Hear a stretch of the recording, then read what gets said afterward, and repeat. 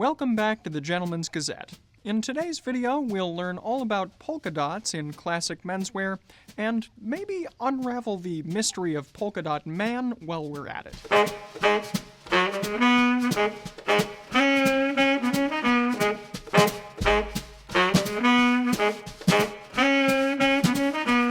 There are many patterns in classic menswear: Glencheck, houndstooth, window panes, stripes, paisleys, and yes, polka dots.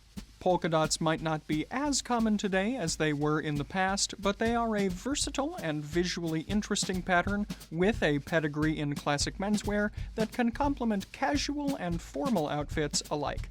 Polka Dot Man, on the other hand, is a villain from the DC multiverse who first appeared in Detective Comics number 300 in the 19s. Preston, focus on the script or you're fired! Okay, sorry. The polka dot pattern can assume many forms and be employed in different ways throughout classic menswear, as well as in the title sequence for the first James Bond film. But getting back to menswear, you'll learn everything you need to know about polka dots in today's video. In simplest terms, polka dots are any array of circles. They're often, but not always, of the same size, and they can be arranged in a regular or irregular pattern. Many dot patterns in menswear can be considered subtypes of polka dots, like pin dots, micro dots, macro dots, and the flying buzzsaw dot, Polka Dot Man's weapon of choice, which I guess is more of a projectile than a pattern. In order to qualify as a polka dot, though, the dots must be intentional. In other words, the unique dotted effect provided by blending two different tones of yarns, as we do in some of our Fort Belvedere socks, isn't technically considered a polka dot, nor are non-dot repeating patterns like the ones you see here. With that said, though, patterns like these can of course be styled similarly to polka dots in your outfits. Purists will sometimes go one step further and argue that polka dots can only be of one specific size. But considering how closely this pattern is associated with whimsy and fun, it feels a little wrong to be such a stickler when it comes to polka dots. So we prefer embracing the broader definition that includes most dot patterns. As with any menswear pattern, though, we've also got some history to cover, so let's do that now. Dotted patterns were actually fairly uncommon for most of menswear history, partly because sewing dots was a time and labor-intensive process, and also because spots were associated with skin conditions and diseases like leprosy or the bubonic plague. Reasonably then, people of this time probably didn't want to associate these kinds of things with their clothes. By the 18th century, though, innovations in textile manufacturing saw polka dots rise to prominence. In fact, some sources identify noted fashion icon and proto-influencer Beau Brummel as one of the earliest adopters of polka dots in menswear. In Brummel's time, though, the name polka dots hadn't yet been adopted. Ooh, you suck!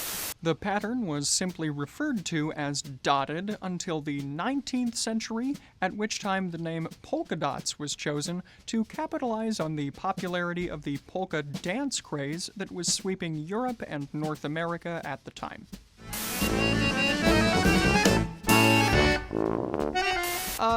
Not quite like that, although we are Weird Al fans. Polka originated as a Czech folk dance whose bouncy steps and sprightly tunes were integrated into European social dance. Hoping to capitalize on the popularity of the dance then, tailors began referring to dotted patterns as polka dots. It's possible this referenced the roundness of the dots themselves, as well as the circular steps in many variations of the polka. Note the circular rotations of the couples and the larger circles that they form as the Stanford Viennese Ball Opening Committee dances the Auf der Jagd polka. I suppose Raphael might critique my pronunciation, but that's what I get for trying to polka de bear. No, God! While the polka itself fell out of popularity by the late 19th century, polka dots hung on as a popular choice for menswear accessories well into the 20th century. For the most part, they appeared on smaller items like ties, scarves, pocket squares, and socks. Sir Winston Churchill was famous for his polka dot tie from Turnbull and Asser, and perhaps he inherited his love of the pattern from his father, Lord Randolph Churchill. And while today we often associate polka dots more with clowns, children, or as more of a feminine pattern, it was historically worn very often by men. Here, a polka dot bow tie is worn by Connie Billop, who plays a bank employee in Hot Saturday from 1932, and here, Giorgio Albertazzi wears a polka dot necktie as part of a black tie optional ensemble in L'année dernière à Marienbad in 1961. During the latter half of the 20th century, as menswear on the whole became more casual, polka dots were employed under bolder circumstances. As an example, here's a polka dot shirt worn by counterculture icon Bob Dylan. Today, polka dots are often seen on more informal menswear articles like sport shirts or casual trousers. You'll also see them on more private garments like pajamas, and they'll pop up in other settings for outfits that are intended to be more dramatic or eye-catching. Devotees of classic style have never forsaken polka dots, and they're just as common today as they were during the golden age of menswear in some circles. And of course, Polka Dot Man hasn't gone away entirely either, as he was prominently featured in the 2021 version of the Suicide Squad. Next up then, let's get to some considerations when choosing how and when to wear polka dots in your outfits. Regarding the situation, formality, and appropriateness of the pattern, you can actually have the dots themselves guide you. Perhaps we might call that a dotted line to follow? You're fired. In general, the smaller the dot pattern is, the more formal it's going to be. Smaller dots can be quite subtle, almost resolving to a solid when viewed from a distance. At the other end of the spectrum, you'll find macro or large dots, which are much more casual and fun. And in the middle, you'll have average-sized dots, which we admit is something of a relative term. But as a general rule, if the dots are small enough to blend together as part of a repeating visual pattern, you can consider them average-sized or smaller. Meanwhile, if the dots are large enough that they themselves become the center of attention, then you're definitely dealing with large dots. Polka dot patterns can also feature a variety of sizes, which tends to be more casual. Keep dot size in mind when you're assembling your outfits then, because at least when it comes to formality, polka dot size does matter.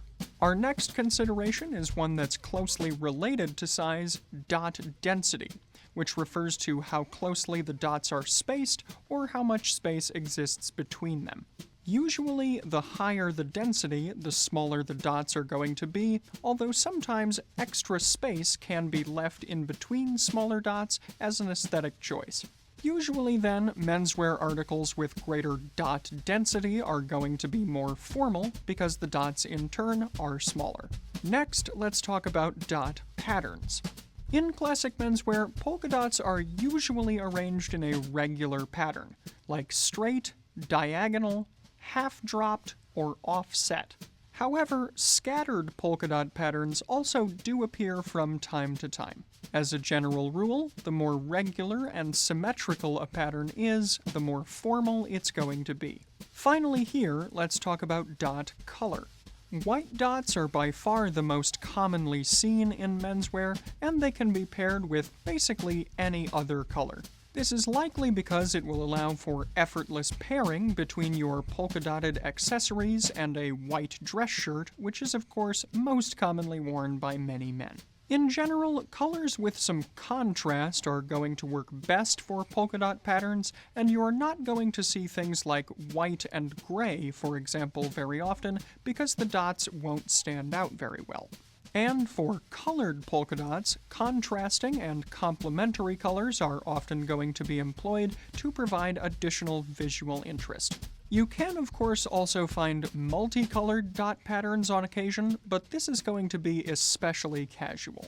And when it comes to the formalities of the colors themselves, polka dots follow the same conventions of formal versus casual color that are also inherent to the rest of menswear. So, when calculating the formality of polka dots, you can see that taking size, density, pattern, and color into consideration are all necessary elements. To cement this, let's take a look at a couple of examples. First, this bow tie has small, high-density dots in a regular pattern, but the fact that it is so strongly multicolored makes it extremely casual. It's also a clip-on, but let's not get off topic here. Conversely, this necktie has low-density, average-sized dots, but the muted body color and the fact that the dots are white make it much more formal compared to the other example. So remember to consider all 4 of the guidelines we've laid out here, but use your best judgment when you're putting your outfits together.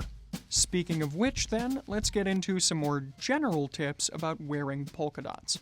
The beauty of polka dots is how they lend themselves easily to various 2 and 3 color combinations. While white spots help to bring the white of a shirt forward, dots in other colors can help to bridge the various elements of your outfit in creative ways. For example, you could leverage the dots on a tie or pocket square to bring in a harder-to-wear color like yellow. When wearing polka dots, as with any other pattern, be mindful of the theory of scale. This is to say, if you've got multiple patterned accessories, or especially multiple accessories featuring polka dots, make sure that the dots aren't all at the same scale. Play around with variations, like having the dots on your bow tie be average-sized, but the dots on your pocket square be smaller in comparison. Of course, wearing multiple types of polka dots at once is always going to look bold and make a style statement, so if you're just starting out with the pattern, it's probably a good idea to stick to one polka-dotted element. When it comes to wearing polka dots casually, you're going to have the greatest amount of relative freedom, as polka dots always lend an element of fun to any outfit. In the warmer months, for instance, you could consider something like a polka dot shirt in blue and white that will create a casual, nautically inspired look that will go well with light trousers and boat shoes. Many shirts with polka dots are also going to exude a certain retro charm. For instance, you might have a love affair with the polka dot shirt and vest combo of the band Love Affair's frontman, Steve Ellis. And while full polka dot trousers are going to be outside the realm of classic menswear, polka dot shorts are a fun, casual option, especially for warm weather occasions like resort wear. This is probably why the pattern is so popular for swimsuits. These dotted shorts could be paired with a polo or short-sleeved linen shirt, preferably in a solid color to make the outfit not too flashy overall. Meanwhile, a casual ascot or scarf worn as a neckerchief will allow you to incorporate polka dots into your outfits in unexpected ways. This was another popular warm weather look for men in the first half of the 20th century, as it allowed them to wear their shirt collars open to catch the breeze, but still be wearing some kind of neckwear. This same logic also makes casual polka-dotted ascots or neckerchiefs ideal for relaxing at home or adding a bit more visual interest to a sedate outfit. Polka dot socks are also an amusing way to inject some playfulness into things, but keep in mind that you don't want people's attention on your ankles all the time. My eyes are up here. So the safest choices are going to be more formal overall, with darker colors and smaller, denser dot patterns. And, as we alluded to earlier, you can achieve a similar effect without actually employing dots by wearing our two-tone solid Fort Belvedere socks. For especially casual looks, though, feel free to have some fun. Returning now to the other end of the formality scale, if you can believe it, polka dots are actually perfectly acceptable in some formal dress codes, like morning wear. You're probably not going to want to break out polka dots for black tie or white tie, however, but as we mentioned earlier, you can wear them for black tie optional or any lower dress code on the formality scale like cocktail attire or business attire. I don't see Delphine Seyrig complaining, or at least I don't think she's complaining. Honestly, I had a bit of trouble following this film. In general, the key to getting a formal polka dot look right is scale. Returning to our earlier considerations, you're going to want to stick to smaller dots and more formal colors as well. In formal settings, neckwear is going to be one of the most common places to find polka dots, as dotted neckties or bow ties can be seen as more formal or more casual depending on the rest of the ensemble. Printed silk is always going to be a safe choice for formal occasions, but for variety you could consider something like woven soft wool challis or silk jacquard, or shantung, grenadine, or knit ties where the dots are hand embroidered or even hand painted on, since perfectly round dots can't be woven. As they're typically a small, repeating geometric pattern, polka dots are most easily worn against solid shirts. But if you want to wear two patterns, consider wearing a shirt with a subtle stripe or going for a larger pattern in your jacket like a window pane. Polka-dotted formal ascots should follow similar rules and overall should conform to the more sedate conventions of morning dress. Scarves worn formally with an overcoat are an excellent way to add some color to an outfit, especially on those drab winter days. To help keep your overall look sufficiently formal, opt for muted but lustrous colors like rich red, deep blue, subdued purple, earthy green, or warm brown. Outside of neckwear then, polka-dotted pocket squares are the most common menswear accessory to bear the pattern. As pocket squares are often a means of introducing a third or even fourth color into an outfit, bicolored polka dots are perfect for these circumstances. Because of their strong, repeating pattern, polka-dotted pocket squares are going to work best with a solid tie or one that has a different pattern. Though, as mentioned before, you can be bold enough to pair polka-dotted ties and squares together if you're keeping scale in mind. And when it comes to color, strong contrast is going to appear more casual, whereas more proximate colors are going to look more formal. As we've hopefully illustrated today then, polka dots aren't just for clowns, and they can appear dignified if you know what you're doing. So, we hope that today's video hasn't left you seeing spots, but instead seeing polka dots in a new light. Be sure to let us know in the comments below how you like to wear polka dots in your outfits. And now, with all that clothing stuff out of the way, we can start talking about Polka Dot Man in more depth. Well, okay, we might not actually have time to get into this fully, so instead I think I'll just tell you what I'm wearing today. In today's video, I am of course wearing polka dots in multiple elements of my outfit, as well as circles of other kinds. We'll start here with my white linen pocket square from Fort Belvedere featuring hand-embroidered polka dots in blue. Meanwhile, my silk tie in a jacquard weave is in light blue with white polka dots, and while we don't offer this specific design currently in the Fort Belvedere shop, we do have one in the same pattern style in beige. Also from Fort Belvedere are my platinum-plated sterling silver eagle claw cufflinks featuring blue lapis lazuli as the stone in a spherical shape that also brings dots to mind.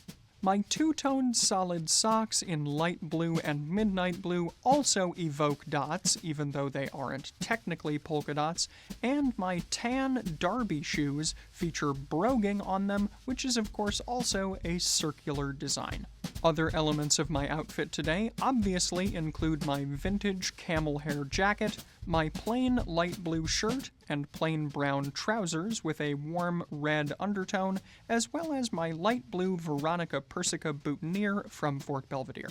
And with the exception of this specific tie, you can of course find all of the Fort Belvedere accessories I'm wearing, as well as a wide array of other classic men's accessories, by visiting the Fort Belvedere shop here.